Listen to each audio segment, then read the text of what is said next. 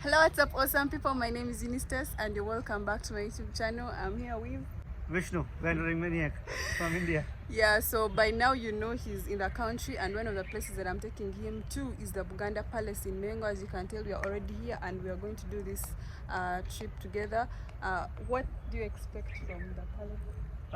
I have heard a lot of things on the palace. I also heard that a lot of history into it, a lot of stories, but let's see how it goes. Okay. You know? But I'm more excited about the some like prison, like the chambers. Yeah. But let's see. So welcome back to my YouTube channel. Let's do this.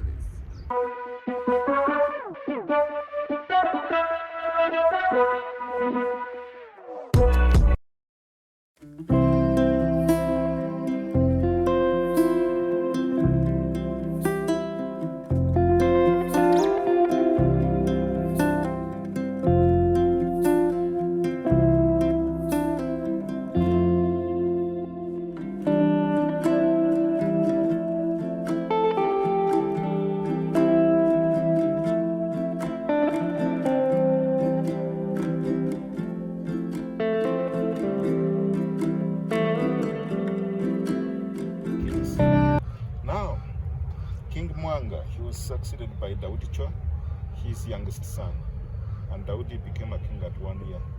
He was a baby. He was raised up by the British and became the first Kabaka from this kingdom to visit Europe. In 1913, at the age of 17, the boy king visited Italy, France. He was in Belgium, the Netherlands, and Britain for 6 months. He learned a lot from Europe. When Daudi came back, he married only one wife in the church. He married at St. Paul's Cathedral, Namirembe, and the church gets the name from St. Paul's Church in London. His name is David, and people in the kingdom, we try to Africanize it. We call him Daudi, but it comes from David. Idd befriended Gaddafi in 1973 when he came to power. And then, like Gaddafi. Yes, Gaddafi. Gaddafi was already president of Libya. Libya, yeah. So, in 1979, Idd expected attacks from Tanzanians, the neighbors on the south. Libya expected? No, Idd Amin. Okay. So, Gaddafi gave him these weapons. And these are the weapons that he used. Already the palace 1966 had been turned into a military base or a military barracks. And when Idd came to power, he also continued to use the same compound as a military barracks. So apparently Gaddafi gave this to Idd Amin, and that's what he used to fight his wars and all that. Huh? Isn't it crazy? It's crazy.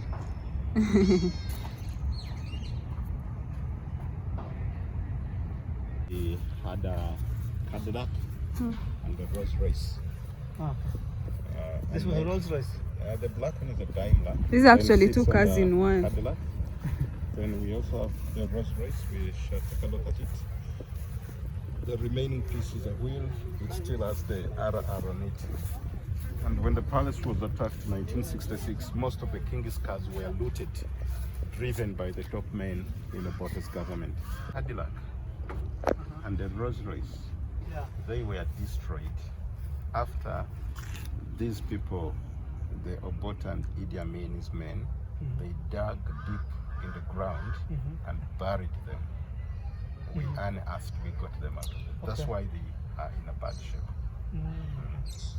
So they buried this car?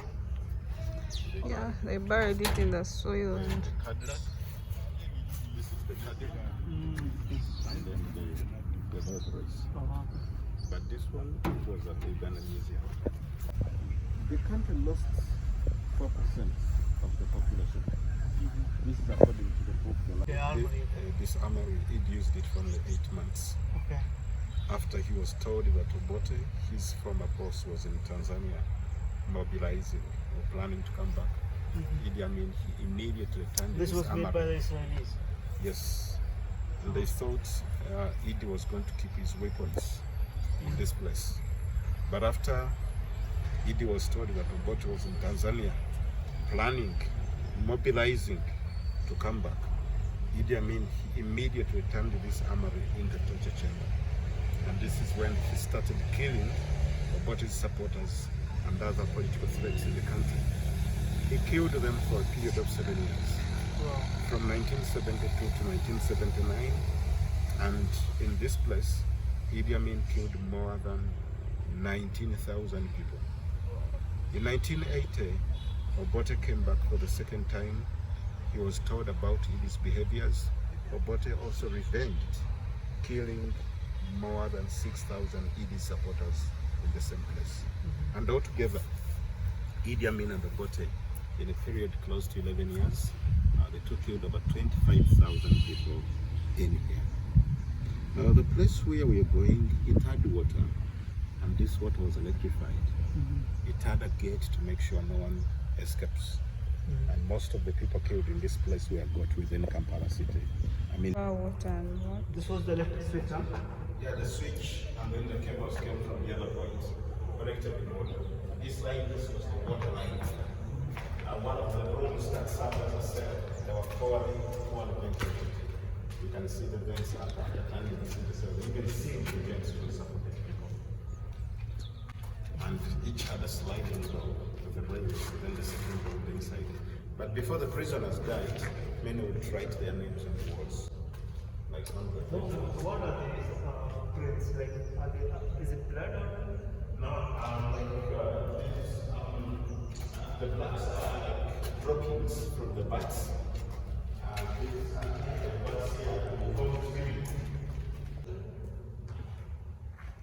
Most of these prints are from the prisoners.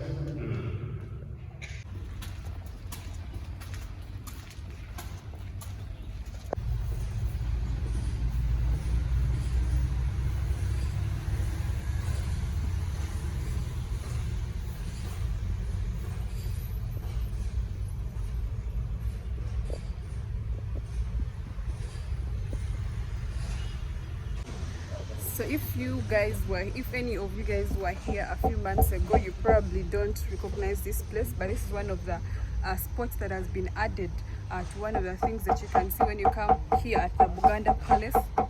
So right here you get to see a lot of art pieces, and you also get to buy them if you're interested.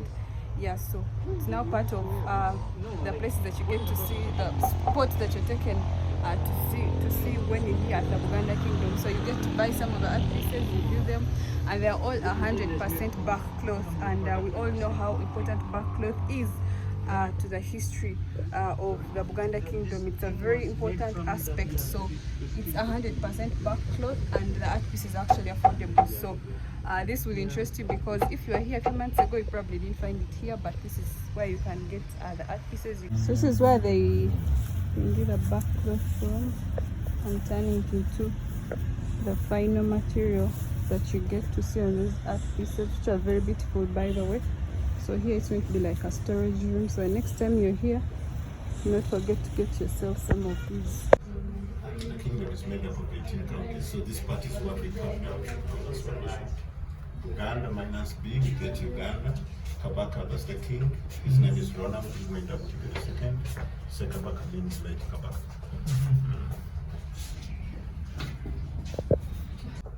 It's that one, and then this is Mutesa, his father. He was king number 30, 31, and it's the father. He was the king? Daudi. Yeah, Daudi, Yeah. The baby king. The father to Freddy, first president of Uganda. Is the father of the current king. Yeah. Then other pictures, we have the palace that was stormed in 1966, and the Royal Mile in the late 50s when Kampala was fresh. Traffic flow. And this picture shows the You see the the king baby? when he was still young, the current king, I mean, when he was a boy. Then Idd Amin returned Freddy's body, his father's body, and then he thanked Idd Amin. Again, that one is Idd Amin. This is the Idd Amin? And then the prince thanked him for what he did when he brought back his father's body in 1971. The king, he was crowned on 31st of July 1993. Culturally, he puts on a leopard skin and a piece of back cloth. Remember the material that comes from the tree?